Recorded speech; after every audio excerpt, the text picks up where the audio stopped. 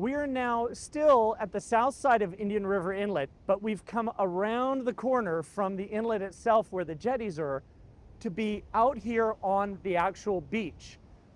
Off to my side, we have the ferocious winds and waves of the North Atlantic Ocean.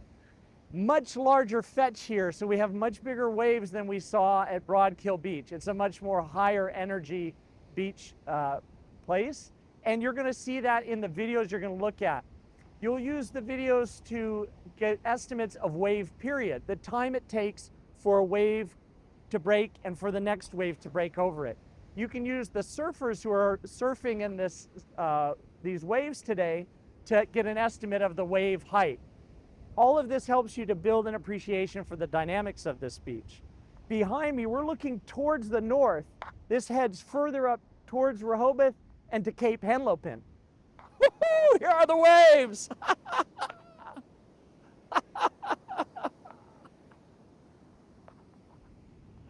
Yes, the waves are coming in because the tide is still coming in the next 2 hours before it's high tide. These waves come and they tend to take sand to the north. And notice behind me, there's a lot of sand here that's built up on the south side of Indian River Inlet. That sand would normally head further north to Rehoboth, but it gets trapped by the jetties and builds up here. And that's why further in the distance, it's just water. The shoreline has retreated. That's the reason why we have that sand bypassing system here. Now this beach is also teeming with life. It's not just structures and jetties and sand bypassing systems. You'll see lots of other life forms like shells, like this eastern quahog. It's a shell, Mercenaria mercenaria. They have found here oyster shells, Chrysostea virginica.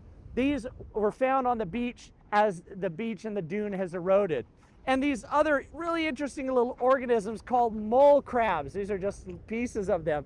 These mole crabs have adapted to this high energy surf zone, and in between waves they can dig rapidly into the sand and make burrows before the wave backwash sweeps them out to sea.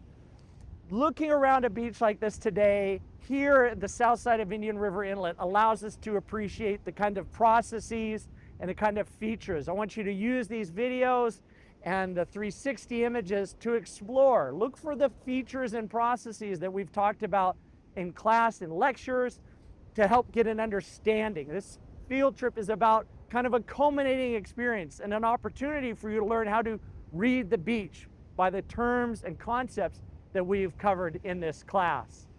So from the south side of Indian River Inlet, see you at the next stop.